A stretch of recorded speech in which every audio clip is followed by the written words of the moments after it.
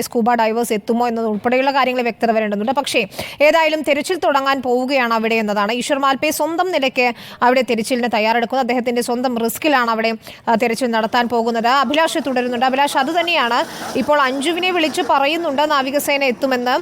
പക്ഷേ അതിലൊരു വ്യക്തത ഇനിയും വരേണ്ടിയിരിക്കുന്നു. എങ്കിൽ പോലും NDRF സംഘവും ഈശ്വർ മാൽപേയുടെ സംഘവും നേവി എത്തുകയാണെങ്കിൽ അവരും സംയുക്തമായൊരു തെരച്ചിൽ നടത്തുകയാണെങ്കിൽ നാളെ തന്നെ പ്രതീക്ഷയ്ക്ക് വക നൽകുന്ന എന്തെങ്കിലും സൂചനകൾ ലഭിക്കുമെന്ന് ഉറപ്പാണ്. ഇപ്പോൾ ഈശ്വർ മാൽപേയുടെ ദൃശ്യങ്ങളാണ് നമ്മൾ കാണുന്നത്. അദ്ദേഹം പുഴയിലേക്ക് ഇറങ്ങുന്നതിന് തയ്യാറെടുക്കുകയാണ്. അതിനുള്ള പ്രത്യേക ഡൈവിങ്ങിന് വേണ്ട വസ്ത്രങ്ങളൊക്കെ ധരിച്ചുകൊണ്ട് പുഴയിലേക്ക് ഇറങ്ങാൻ തയ്യാറെടുക്കുകയാണ്. മനാഫ് ഉൾപ്പെടെ ലോറി ഉടമ മനാഫിനെ നമുക്ക് സമീപത്ത് കാണാം. നേരത്തെ കാർവാർ MLA സതീഷ് സെയിൽ പറഞ്ഞതനുസരിച്ചാണ് ഈശ്വർ മാൽപേയും സംഘവും അവിടെ എത്തിയത്. അദ്ദേഹം ഉടൻ തന്നെ പുഴയിലിറങ്ങി തെരച്ചിൽ നടത്തും. ജിതിൻ പറഞ്ഞതുപോലെ, അഭിലാഷ് പറഞ്ഞതുപോലെ നേവി കണ്ടെത്തിയ 2 സ്പോട്ടുകൾ കേന്ദ്രീകരിച്ച്, അതായത് സ്ട്രോങ് ആയ ലോഹഭാഗമുണ്ടെന്ന് കണ്ടെത്തിയ 2 സിഗ്നലുകൾ കണ്ടെത്തിയ സ്ഥലങ്ങൾ കേന്ദ്രീകരിച്ച് തന്നെയായിരിക്കും പരിശോധന നടത്തുക. ഇന്നിപ്പോൾ സമയം 4 മണിയായി കഴിഞ്ഞു. എത്ര സമയം ഇന്ന് തെരച്ചിൽ നടത്താൻ കഴിയുമെന്ന ആശങ്കയുണ്ട്. പക്ഷേ എങ്കിൽ പോലും അടിയൊഴുക്ക് കുറഞ്ഞിട്ടുണ്ട്. തെളിഞ്ഞ കാലാവസ്ഥ തന്നെയാണ്.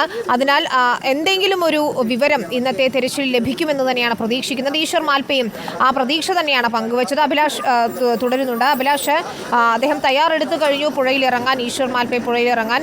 ആ 2 സ്പോട്ടുകളിൽ ഏത് സ്പോട്ടിലേക്കായിരിക്കും ആദ്യം പോവുക എന്നതാണ് അറിയേണ്ടതുള്ളത്.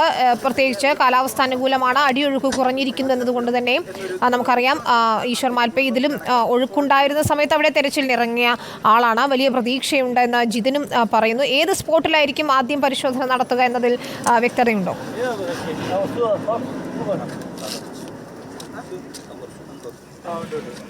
ഇത് ഏതാണ്ട് 50 മീറ്റർ മാത്രം അകലെയുള്ള 2 സ്പോട്ടുകളാണ്. ഏതാണ്ട് കരയിൽ നിന്ന് ആദ്യത്തെ സ്പോട്ടിന് 50 മീറ്ററോളം മധ്യഭാഗത്തേക്കാണുള്ളത്. പിന്നീടുള്ള അടുത്ത സ്പോട്ട് എന്ന് പറയുന്നത് ആ സ്പോട്ടിൽ നിന്ന്, ഈ മൺകൂനയിൽ നിന്ന് ഏതാണ്ട് ഒരു 40-50 മീറ്റർ താഴോട്ടാണ് മറ്റൊരു സ്പോട്ടുള്ളത്. ഈ 2 സ്പോട്ടുകളിലും പരിശോധന നടത്താനുള്ള നീക്കമായിരിക്കും നടക്കുക. ഇതിൽ ഈശ്വർ മാൽപേ ഇപ്പോൾ അതിനുള്ള സജ്ജീകരണങ്ങളൊക്കെ തയ്യാറായിക്കൊണ്ടിരിക്കുകയാണ്. കാരണം പുഴയിലേക്ക് ഇറങ്ങുന്നതിനുള്ള വസ്ത്രങ്ങളൊക്കെ അദ്ദേഹം സ്വന്തം നിലയിൽ തന്നെ അണിഞ്ഞുകൊണ്ടിരിക്കുകയാണ്. വളരെ പെട്ടെന്ന് തന്നെ അതിന് അദ്ദേഹം തയ്യാറാവുന്നു എന്നുള്ളതാണ് പ്രധാനപ്പെട്ട വിഷയം. അതോടൊപ്പം തന്നെ നേരത്തെ വിനീത സൂചിപ്പിച്ചതുപോലെ തന്നെ ഈ നാവികസേനയുമായി ബന്ധപ്പെട്ട വിഷയം, നാവികസേന ഉദ്യോഗസ്ഥരുമായി ഒക്കെ നമ്മൾ ബന്ധപ്പെടുകയും ചെയ്തിരുന്നു. അപ്പോൾ നാവികസേന ഉദ്യോഗസ്ഥർ പറഞ്ഞിരുന്ന പ്രധാനപ്പെട്ട കാര്യം എന്ന് പറയുന്നത്, തങ്ങൾക്ക് ജില്ലാ ഭരണകൂടത്തിന്റെ ഭാഗത്ത് നിന്നും അനുമതി ലഭിക്കാത്തത് കൊണ്ട് മാത്രമാണ് ഞങ്ങൾ അങ്ങോട്ട് വരാത്തത്. അത്തരത്തിലുള്ള അനുമതി ലഭിക്കുന്ന മുറയ്ക്ക് ഞങ്ങൾ അങ്ങോട്ട് വരുന്നതിന് യാതൊരു തടസ്സവും ഉണ്ടാവില്ല എന്നുള്ള കാര്യം കൂടി അവർ വ്യക്തമാക്കുകയും ചെയ്തിട്ടുണ്ട്. അതായത് ഇന്ന് രാവിലെ മുതൽ തന്നെ അവർ സർവ്വസജ്ജമായി തന്നെ അവരുടെ ബോട്ടുകളും ഡിങ്കി ബോട്ടുകളും ഒക്കെ ഈ ലോറിയിൽ കയറ്റി സജ്ജമായി നിൽക്കുന്ന ഒരു സാഹചര്യമായിരുന്നു ഉണ്ടായിരുന്നത്. അതോടൊപ്പം തന്നെ 5 സ്കൂബ ഡൈവേഴ്സും അവിടെ റെഡിയായിരുന്നു. പക്ഷേ ഇത്തരത്തിലുള്ള അനുമതി ലഭിക്കാത്തൊരു സാഹചര്യത്തിലാണ് അവർ ഇങ്ങോട്ട് വരാൻ തയ്യാറാവാതിരുന്നത്. അതോടൊപ്പം തന്നെ ഈ സോണാർ പരിശോധനയ്ക്ക് മാത്രമുള്ള അനുമതി വെച്ച് ഇങ്ങോട്ട് വരേണ്ടതില്ല എന്നുള്ളൊരു തീരുമാനത്തിലേക്കും അവർ എത്തുകയും ചെയ്തു. പക്ഷേ ഇന്നിപ്പോൾ ജില്ലാ കളക്ടർ ഇപ്പോൾ അഞ്ജുവിനെ വിളിച്ചു പറഞ്ഞിരിക്കുന്നത് നാളെ നാവികസേന കൂടി ഉണ്ടാവും, പരിശോധനയ്ക്ക് ഉണ്ടാവും എന്നുള്ള കാര്യം കൂടിയാണ്.